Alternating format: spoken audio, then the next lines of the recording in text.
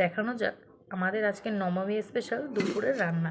তো এখানে আছে সাদা ভাত, এখানেও কিন্তু আছে গরম গরম ভাত, তারপরে আছে এই যে পাবদা মাছের সর্ষে দিয়ে ঝাল। তো পাবদা মাছটা কিন্তু আজকে আমি রান্না সম্পূর্ণ রান্না আজকে আমিই করেছি। তারপরে আছে এই যে রুই মাছের যে পেটিগুলো থাকে সেই পেটিটা দিয়ে দই, টক দই টই দিয়ে সুন্দর করে বেশ একটু মাখা মাখা রান্না করেছি মশলা দিয়ে। তারপরে রান্না করেছি এই যে আজকে ষষ্ঠবার মাটন। তো নবমী স্পেশাল মাটন না খেলে চলে। আজকে মটনটা কিন্তু আমি খাসির মাংসটা কিন্তু আজকে আমি রান্না করেছি। তো কেমন হয়েছে অবশ্যই জানিও। আর এই আছে আমের চাটনি, ওই টকটাই বলতে পারো, মিষ্টি মিষ্টি করে চাটনি রান্না করেছি। তো কেমন হয়েছে জানিও।